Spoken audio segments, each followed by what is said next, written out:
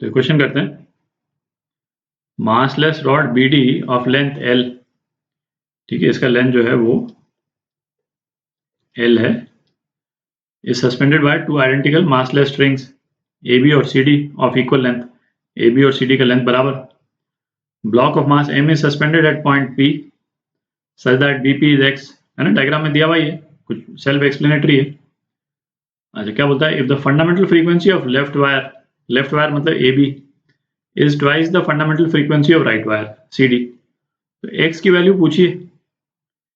तो अच्छा, fundamental frequency अलग अलग क्यों होगी? अच्छा, अपने पर्पस के लिए अपन लेफ्ट वायर को वायर 1 बोल देते हैं और इस वाले वायर को वायर 2 बोल देते हैं।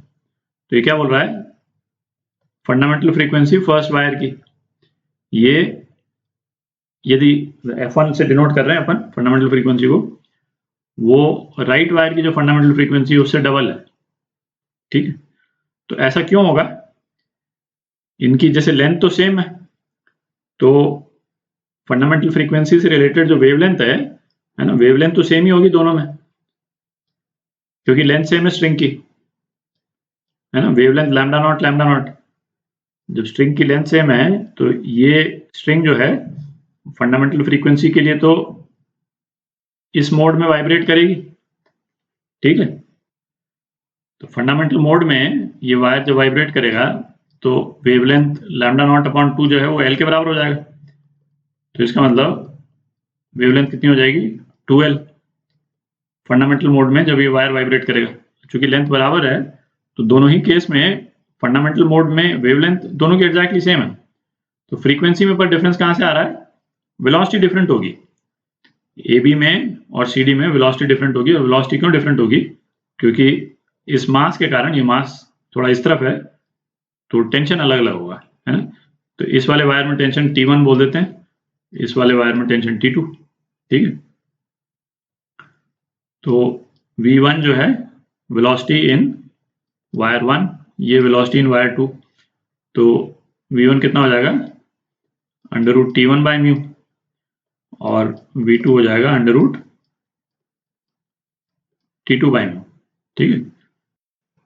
तो ये कितना हो गया, F1 इंटू लैम्डा नॉट, और ये हो गया F2 इंटू लैम्डा नॉट, ठीक है। तो इन दोनों को अपन डिवाइड कर दें तो क्या आ जाता है, √T1 by T2 is equal to F1 by F2, ठीक है। तो ये 2 के बराबर है। तो अब इस रिजल्ट को अपन यूज कर लेंगे, अपन देख लेते हैं टेंशन जो है वो किस तरह से डिस्ट्रीब्यूटेड है, और उससे फिर अपना X निकल आएगा, ठीक। अच्छा, चूंकि ये सिस्टम इक्विलिब्रियम में है इसलिए पॉइंट P के अबाउट यदि हम टॉर्क लेते हैं तो टॉर्क बराबर होगा, ये डिस्टेंस, ये कितना हो जाएगा, ये L-X हो जाएगा, ठीक है। तो पॉइंट P के अबाउट टॉर्क लेते हैं, मैग्नीट्यूड लिख रहे हैं अपन केवल, X इंटू T1 ये कितने के बराबर हो जाएगा, L-X इंटू T2, ठीक है। अच्छा, T1 बाई T2 इसको स्क्वायर कर देते हैं, ये वाली टर्म T1 बाई T2 जो है वो 4 के बराबर हो गया, ठीक है।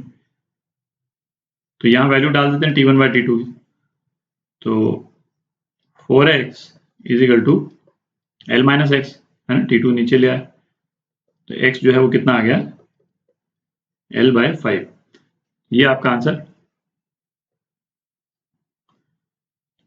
ए पार्ट